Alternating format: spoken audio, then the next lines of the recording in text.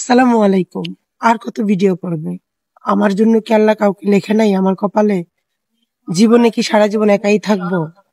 আমার কপালে স্বামীর আদর, বাবা-মার আদর তো আল্লাহ লেখেনি। স্বামীর আদর, ভালোবাসাটাও কি লেখেনি?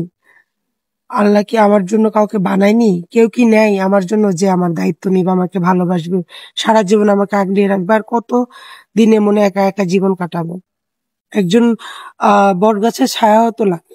স্বামী মানে বটগাছের ছায়া। তো ওই বটগাছের ছায়াটাকে আমার কপালে আল্লাহ লেখেনি? আপু, আপনার নাম? মিষ্টি ইসলাম। মিষ্টি, দেশের বাড়ি কোথায়? ঠাকুরগাঁও। ঠাকুরগাঁওতে। পরিবারে কে কে আছে আপু আপনার? ভাইয়া আমার ৫ বছর বয়সে মা মারা গেছে। আমার পৃথিবীতে আপন বলতে কেউ নেই। বাবা? বাবা প্যারালাইজ। একটা কথা আছে না যে মা যদি মারা যায় বাবা হয় তালই। ও, ওই আমার কপালটা এরকমই হয়েছে। এটা শাস্ত্রে না ভাইয়া, এটা সত্যি। হুম, যে মা মারা গেলে বাবা তালই হয়ে যায়। হুম। আপনি বলছিলেন না আপনার বাবা পরে আরেকটা বিয়ে করছিল আপনার জন্য, যেন আপনি দেখাশোনা করতে পারে। না, উনি আমার দেখাশোনা করেনি। উনার আগের সংসারে ২ টা ছেলে ছিল। হুম, ওদের নিয়ে বিজি ছিল। হুম, দেন ভাইয়া মানে কি বলবো? আমাকে বাসা থেকে ৫ বছর বয়সে এতিমখানায় দিতে বাধ্য করেছে আমার সৎ মা। আমি এতিমখানায় থেকে বড় হয়েছি। যে বয়সে মানুষ মার হাতে, বাবার হাতে ভাত খায়, বাবার আদর যত্ন পায়, বাবার সাথে মেয়েরা কিন্তু বাবার পাগল বেশি থাকে, হুম, ভক্ত থাকে। সেই বয়সে ভাই আমি এতিমখানায়। আমার ভাত খেতে, খেতে আমার হাতের মানে ভাত খাইতে গেলে হাতের ফাঁক দিয়ে পড়ে যেত। হুম। আবার মনে করেন আমি কাপড় ধুতে পারতাম না। এতিমখানায় তো আপনার কাপড় ধুয়ে দিবে না কেউ। নিজেরটা নিজেরই করতে হয়। তো ওইখানে একটা ম্যাম ছিল, আল্লাহ উনাকে ব্যস্ত নসিব করুক, মারা গেছে। উনি আমাকে অনেক সাহায্য করেছে।